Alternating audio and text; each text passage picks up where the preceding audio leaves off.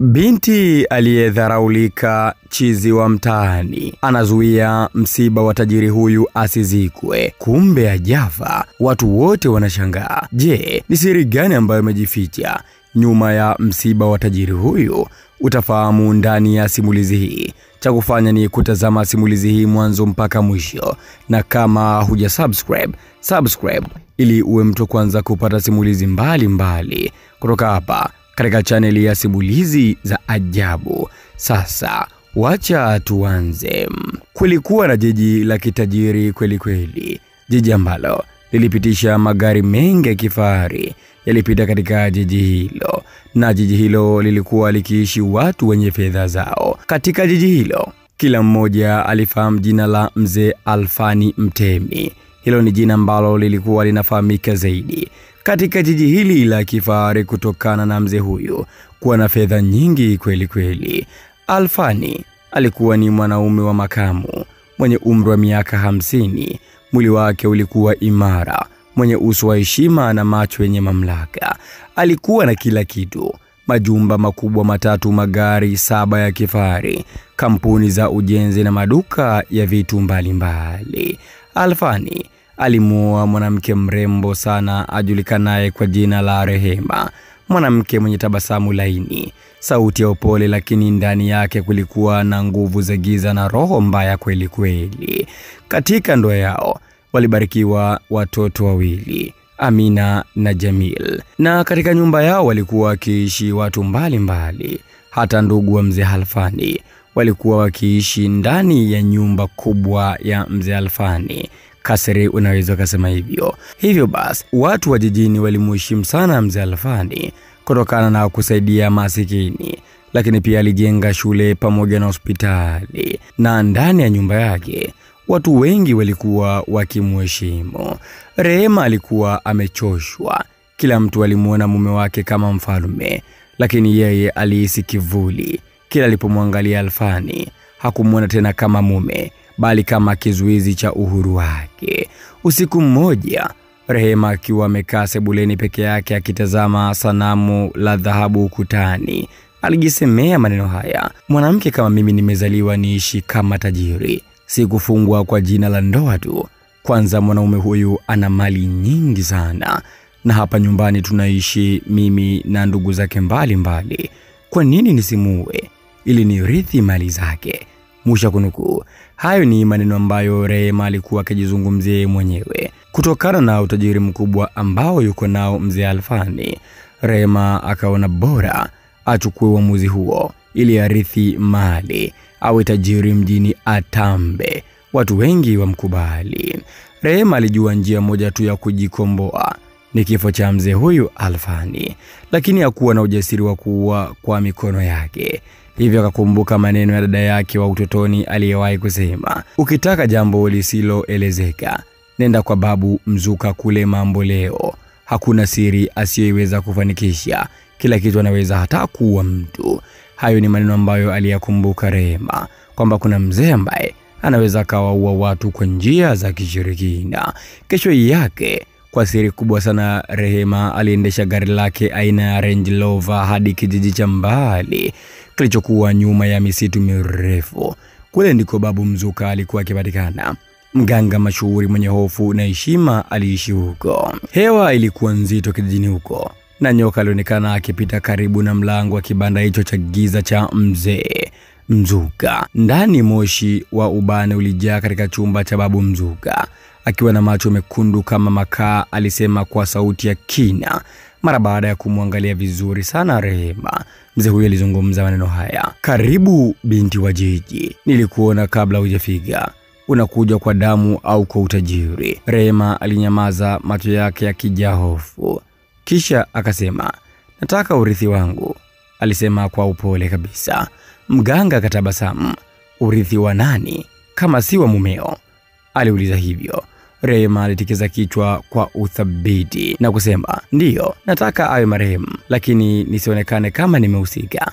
Mwisho kunukuu. Hayo ilikuwa ni maneno ya Rehema. Babu Mzuka alinyanyua chungu chake kutoka chini ya meza, akakishika mikononi na akazungumza maneno haya: nitalifanyia kazi hilo ila lazima ulete nguo yake aliyovaa mara ya mwisho akiwa hai ili niweze kufanya manuva. Mwisho wa kunukuu. Haya yalikuwa ni maneno ya Babu Mzuka.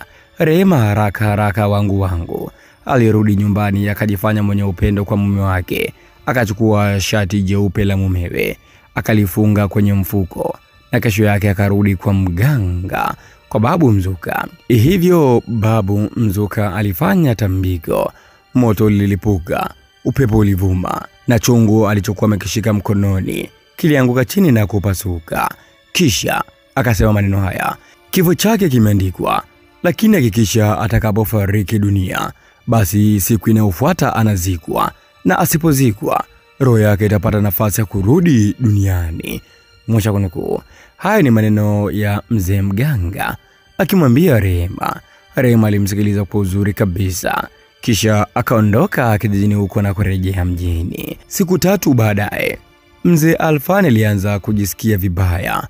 Alikuwa akikohoa damu, akishindwa kupumua, na madaktari walishindwa kuelewa. Na ndani ya muda mchache tu mzee Alfani alipoteza maisha. Rehema alilia kwa sauti, machozi ya bandia yakimtoka. Akapanga mazishi ya haraka upesi. Jamani, tuweze kumzika haraka. Alizungumza maneno hayo Rehema huku analia kweli. Watu walishangaa maamuzi ya Rehema. Ni kwa nini msiba umetokea haraka na yeye anataka mume wake azikwe haraka? Kwa nini ifanyike hivyo?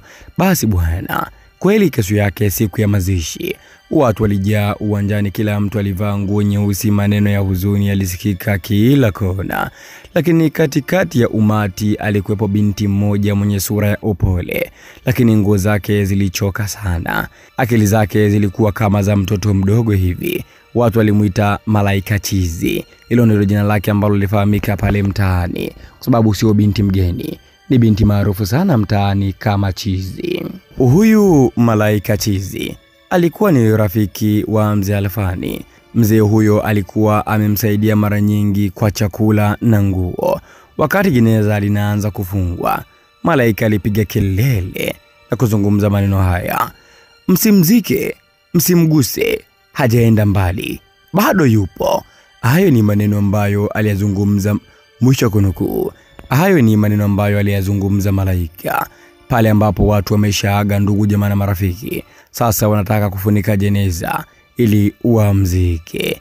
Watu walishangaa, nini tena ambacho kinatokea hapa?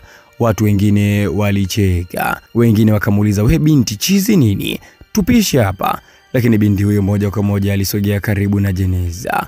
Upepo mkali ulipiga hema la msiba, maua yakaruka hewani. Binti Malaika Chizi akasimama juu ya jeneza, akasema kwa sauti ya kutetemesha, kila mtu akashangaa: nguvu za giza hazina mwisho mbele ya nuru ya haki.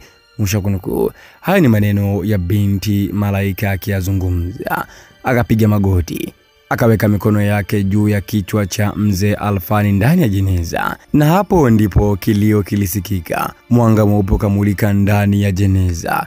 Ghafla mzee Alfani akapiga chafya na akaanza kupumua. Watu walipiga kelele, wengine wakazimia hapo. Rehema akaanza kulia kwa hofu huku macho yamemtoka. Hakika ni jambo la kustajabisha kweli. Hivyo moja kwa moja binti huyu Chizi, mara baada ya mzee Alfani kuamka, alisimulia kila kitu. Ni nani ambaye amefanya mabaya kwa mzee huyu Alfani? Lo, kila mtu akashangaa. Rehema alilia kwa uchungu kweli na kuanza kuomba msamaha mbele ya kadamnasi ya watu. Lakini papo hapo kila mtu akaanza kumzonga Rehema. Hakika Rehema alipitia manyanyaso makubwa kweli kutokana na kitendo ambacho amekifanya. Mzee Alfani alimchukua binti huyu Malaika Chizi na kwenda kuishi naye nyumbani kwake na kumfanya ni mmoja ya wanafamilia wake, na papo hapo aliandika talaka kwa mke wake Rehema, na kutokana na kitendo ambacho amekifanya kwa ajili ya kumuua ili arithi mali, hakumpa hata senti 5. Na hapo Rehema, kutokana na matendo mabaya na maovu na majuto ambayo aliyapata, Rehema mara baada ya kupewa taraka, alikuwa Chizi akawa anakimbia barabarani na kuokota makopo. Hakika siku zote mwisho wa ubaya ni aibu. Hasira ni hasara. Mtazamaji wa simulizi za ajabu, maoni yako ni yapi kuhusiana na kisa hiki ambacho kimemkuta binti huyu Rehema? Andika maoni yako hapo katika sehemu ya comment.